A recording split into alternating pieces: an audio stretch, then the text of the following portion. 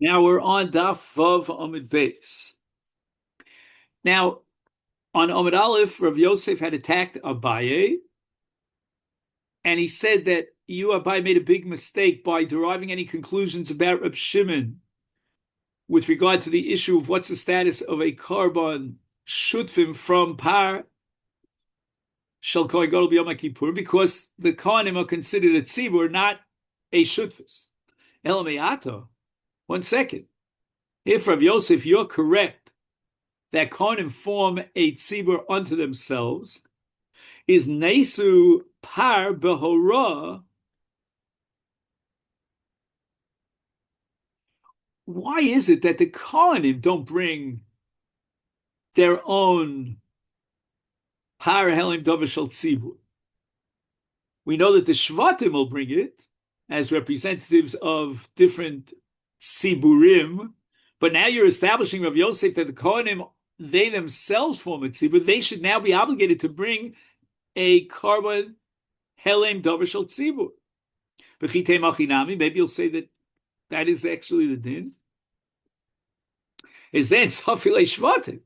Then how can you tell me that there are 12 karbonos that are brought corresponding to the number 12 shvatim? Now you have to add a 13th shevet, because the Kohanim form a separate shevet as a call. So the Gemara says to defend Rav Yosef, Ela Omer of Acha Breid Rav Yaakov, Shivto shel Levi lo ikri kohol. Okay, now we get into a whole sugya about the status of Shevet Levi. And what we're saying now is that the Kohanim are descendants and are part of Shevet Levi. So now, when they share the par that's brought by the Kohen Gadol as a chatas for the Kohanim, they might have the status of a kahal in Dine Yom Kippurim, but as far as par helim davashal tzibur is concerned, the Kohanim are part of Shevet Levi. And Shifta Shal Levi lo ikra kol, we're going to prove from a pasuk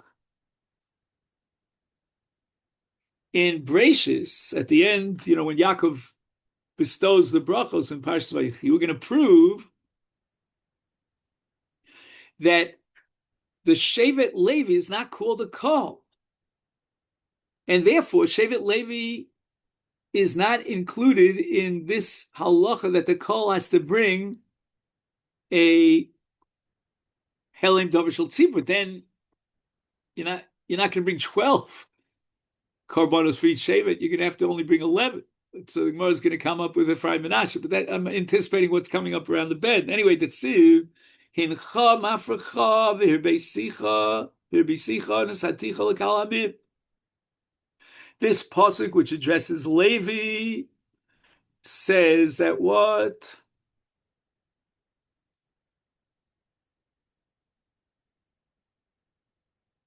That with regard to Nachla, you're going to become a Kahal Amim, a congregation of nations. Kol sheyesh lo achuza ikri kol, kol she'ein lo achuza lo ikri kol. Yaakov Avinu is designating kol for those who inherit the land of Israel. But Levi doesn't inherit the land of Israel. So therefore, they're not included in yesh lo achuza, but rather ein lo achuza, and therefore lo ikri kol. If the Levium don't inherit a portion of the land of Israel when it's divided up, you can't call them a kol. Kol only applies to those shvatim that will inherit the land. In Memela, the Levium cannot bring a carbon helim davashal tzibur because they don't have the status of a kol.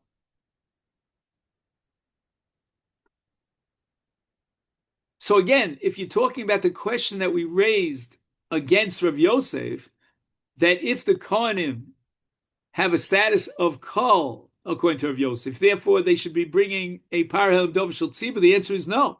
They are part of Shevet Levi, And as far as Par Helim Dovashal Tzibur is concerned, Levi doesn't bring a Par Helim Dovashal Tzibur. And why? Because Levi is not considered Kahal Amin because they don't get Yerusha. In Cain, the Gemara says, Chasrilu Shnei V'so Shvatim. So why are you talking about bringing 12 parim? You should only bring 11 parim. You have to subtract one par for Levi that's not called a call. Omer Abaye, Ephraim Menashe Keruve v'Shimon Yili. That when Yaakov Avinu bestows the nachla of, and it's just so fascinating. Yaakov Avinu actually divvied up, maybe they had a map. I don't know exactly how he did it, but he divvied up the land of Eretz Yisrael into 12 portions, and those 12 portions were inherited by 12 tribes, not by Shevet Levi. They didn't get anything, but Yosef's two sons, Reuven and Shimon Yili, they got 2 portions of the land. So Ephraim got 1 portion, and Menashe got another portion. And if this be the case, then we're going to say that there are 12 parim that are being brought by the various shvatim for a par helim dovashal tzibur, and although Levi is out of the picture, we're going to jack up the number from 11 to 12 because of Ephraim and Menashe.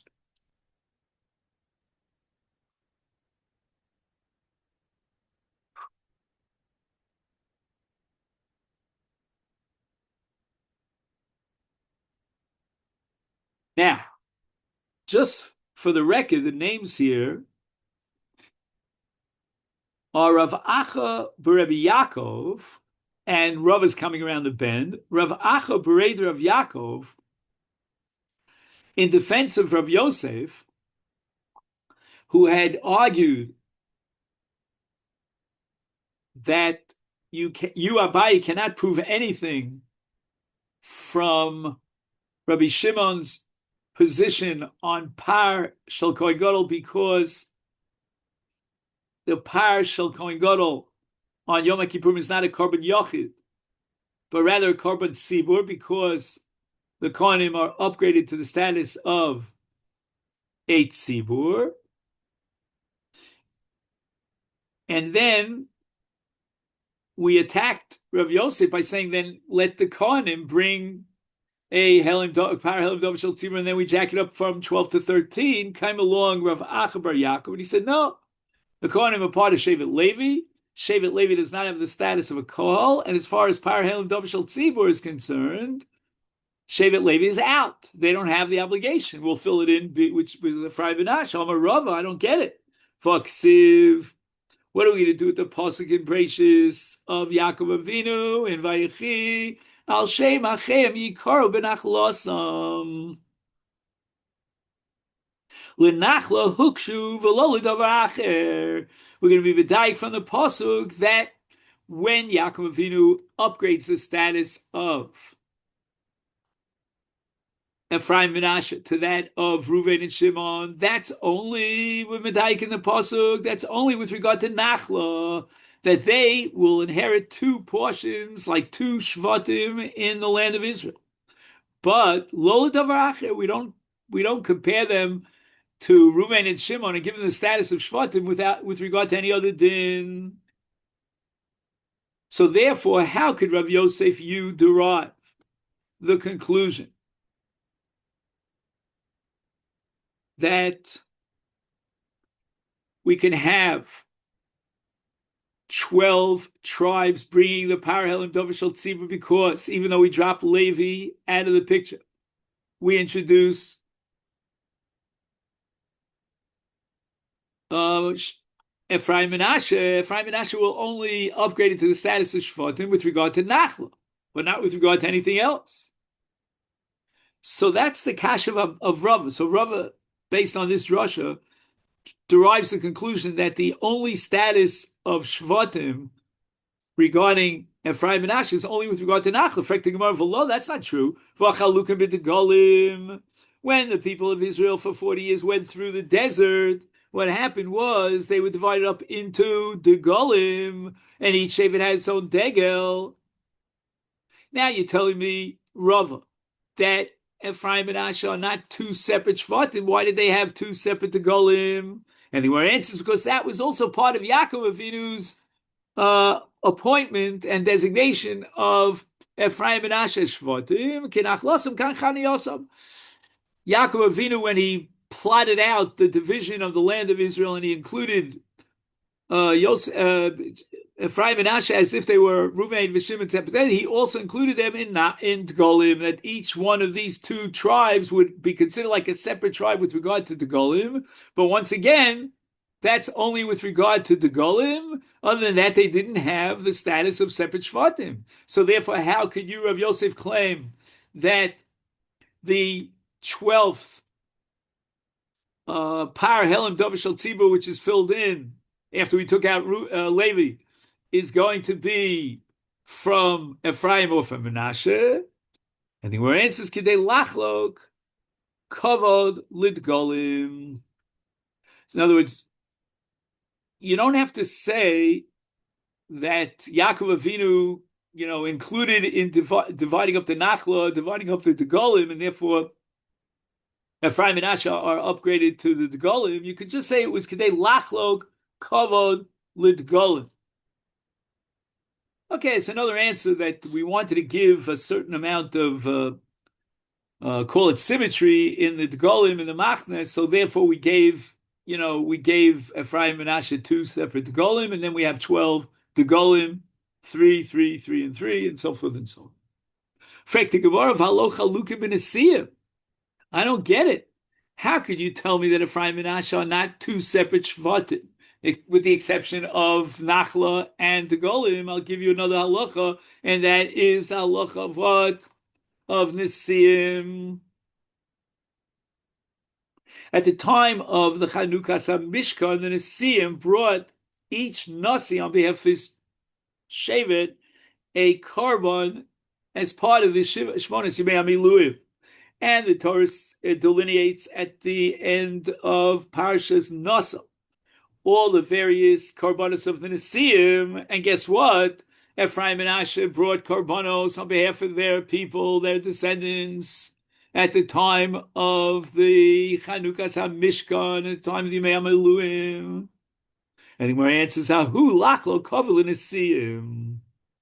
The Sanya, Shlomo asa shiva Yimei Chanukah. When Shlomo built the second Beis HaMikdash, the first Beis HaMikdash, and he had a Chanukas HaMishkan, he observed the Chanukas HaMishkan for 7 days. Now the Brisa asked the following question: why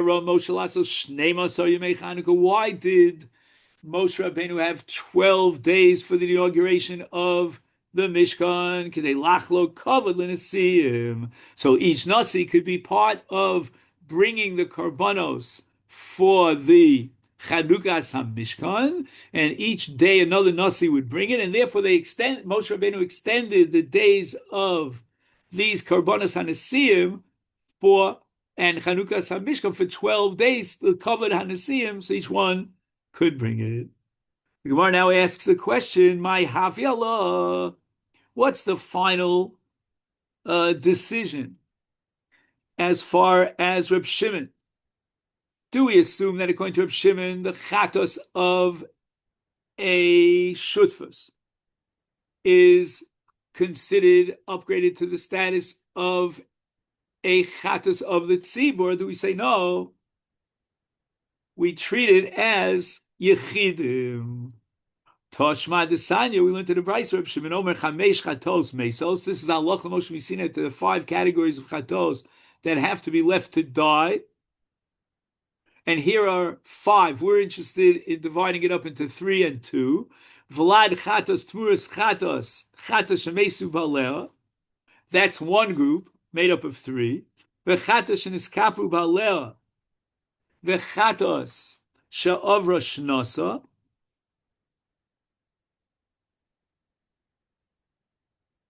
And now the question is, do these principles of chatos shemesa apply even to a carbon tzibur? Again, if we had time, we'd go through each one of the five. I mean, that's really an introduction to Kodshim, which is coming fast around the bend. So the whole entity of a Vlad Chatos in the case of a Tzibur is impossible because a Chatos is an Akeva, it's a female animal. And Ein Atziv Mafrishin Nekeva. We never found a carbon Tzibur with a male goat, sheep, or what have you. Only with, I'm sorry, what did I just say? We only found a carbon tzibur from a male and not from a female. Because ein tmura b'tzibur. A carbon tzibur doesn't have the laws of tmura. Because we have a principle ein tzibur mesa. So basically, 3 out of the 5 cases of chatos hamesos are totally inapplicable to a carbon tzibur. What about the other 2? Namely, niskapru ba'aleha, right? The tzibur designated an animal as a carbon, and then the carbon got lost, and they brought a replacement. Now they found the original. Or sha'avra shnasa, if let's say a year went by, and they didn't bring the carbon, lo shamanu. We don't know whether those 2 chatos shemesos would apply to these 2 categories, if the tzibur replaced or if the carbon passed its 12 months. Yachol Yomus, I might think that maybe we should apply this halacha Moshe Misin Avachatos Shemesos even in these 2 cases in a carbon tzibur. The other 3 categories don't even apply. There's no mitzius. Amrit, I'll say Yilmot Sosim and Amfurash. The 3 are going to shed light on the other 2. In those 3 cases is biyachid dvar mamurim v'lo b'tzibur. There's no halacha of chatos shemesos in a carbon chatos of the tzibur. Is afnis kapru ba'lev shavar shnasa biyachid amurim v'lo b'tzibur. Now the Gemara has a principle that we don't derive efshar from lo efshar. We have 2 categories of what's it called? Niskapu balea and overshna. So that could apply. It's efshar. They could apply to a chatas tzibur. So you're going to derive from 3, which is the efshar. I mean, those 3 are excluded in the case of chatas tzibur simply because they don't have a mitzias. They don't have a reality. And the Gemara answers, Rabbi Shimon v'chad makom gamir. Rabbi Shimon is of the opinion that with regard to the 5 chatos, gamir means halacha Moshe Misinai. The halacha Moshe Misinai was formulated with regard to these 5 categories of chatos, and therefore the mesos, and it's a all or nothing proposition. Or the garnish, we said, or in Hebrew they say, o hakol, o klum. It's a body of 5, and it's indivisible, it's a unit, and the halacha mishina applies either to all 5 or to none of the 5. So in the case of carbon chatos shel yachid, we apply these 5 categories of chatos shel mesos.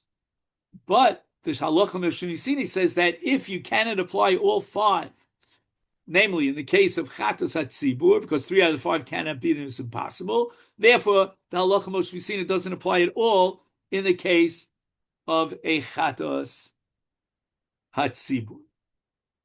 So we're about to say Hadron on Perek Rishon. That's where we're going to have to stop because we ran out of time. But in any event, let's just, formulate the bottom line of this sugya. We see from this brisa that according to Reb Shimon, the halacha Moshe Misinai of 5 chatos shemesos apply only to a chatos shel yachid. However, if you can't apply all 5 of them, namely in the case of a chatas tzibur, that you don't apply any of them. And now, in the case of a chatas hashutfim, we say that 2 out of the 5 situations cannot occur. You can't have offspring of a chatos, right? and you can't have tmuras chatos, right? Which, let me just see if I'm right before I open my mouth here. There cannot be offspring of chatos of shutfim because there are no female chatos that are brought by shutfim. The only chatos brought by shutfim are the parahelim dover shel tzibur in the case of the court, and the soyer of Avoda Zara, of communal idolatry. And all these karbanos are males. There can be no tmura for a chatos of shutfim because of the rule, and that's apparently a Mishnah in Tmura on Daf Yud Gimel, that even in the case of partners, ordinary partners, and certainly how much more so the court, they don't have the ability to affect tmura. So it follows that according to Rabbi Shimon, the law of 5 chatos does not apply to a chatos of shutfim, and therefore, if one of the partners should die, and they haven't yet brought the chatos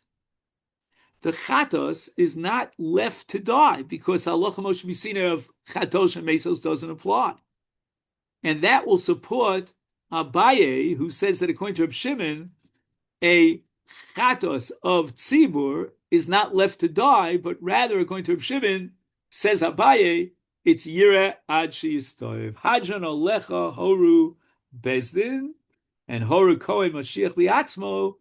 That's going to be the beginning of the second parak of Horios with regard to the kohen Mashiach. Thank you very much, and we'll wish a